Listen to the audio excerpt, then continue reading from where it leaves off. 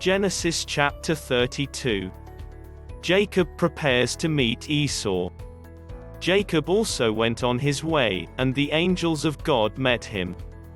When Jacob saw them, he said, "This is the camp of God." So he named that place Mahanaim. Jacob sent messengers ahead of him to his brother Esau in the land of Seir, the country of Edom. He instructed them, "This is what you are to say to my lord Esau.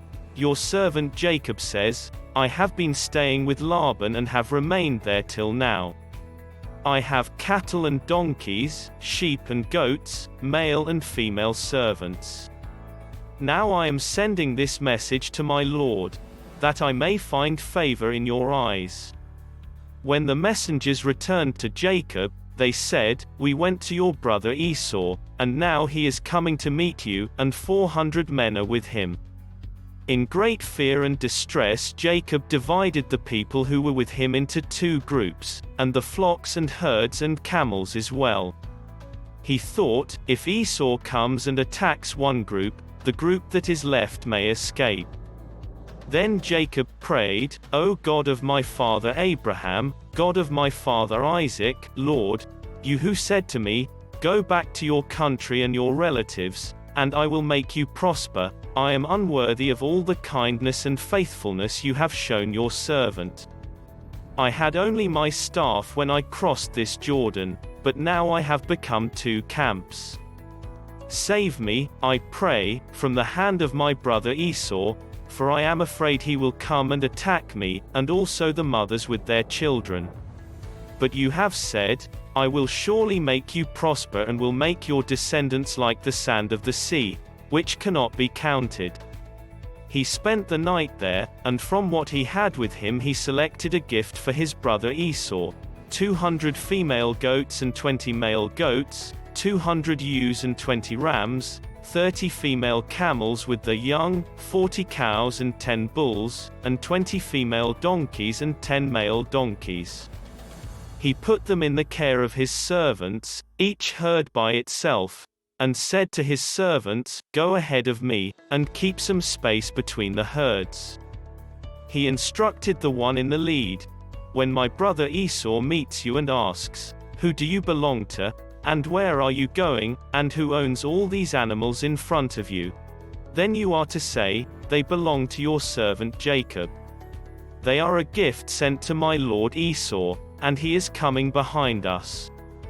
He also instructed the second, the third and all the others who followed the herds, "You are to say the same thing to Esau when you meet him.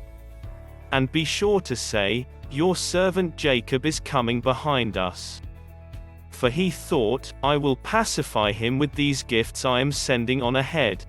Later, when I see him, perhaps he will receive me."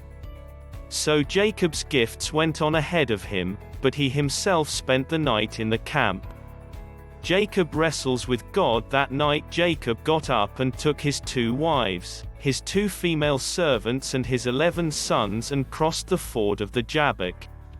After he had sent them across the stream, he sent over all his possessions. So Jacob was left alone, and a man wrestled with him till daybreak.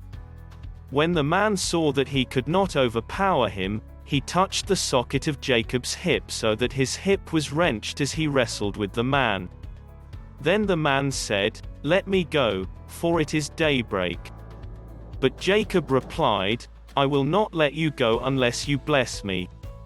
The man asked him, "What is your name?" "Jacob," he answered. Then the man said, "Your name will no longer be Jacob, but Israel, because you have struggled with God and with humans and have overcome." Jacob said, "Please tell me your name." But he replied, "Why do you ask my name?" Then he blessed him there. So Jacob called the place Peniel, saying, "It is because I saw God face to face, and yet my life was spared." The sun rose above him as he passed Peniel, and he was limping because of his hip. Therefore to this day the Israelites do not eat the tendon attached to the socket of the hip, because the socket of Jacob's hip was touched near the tendon.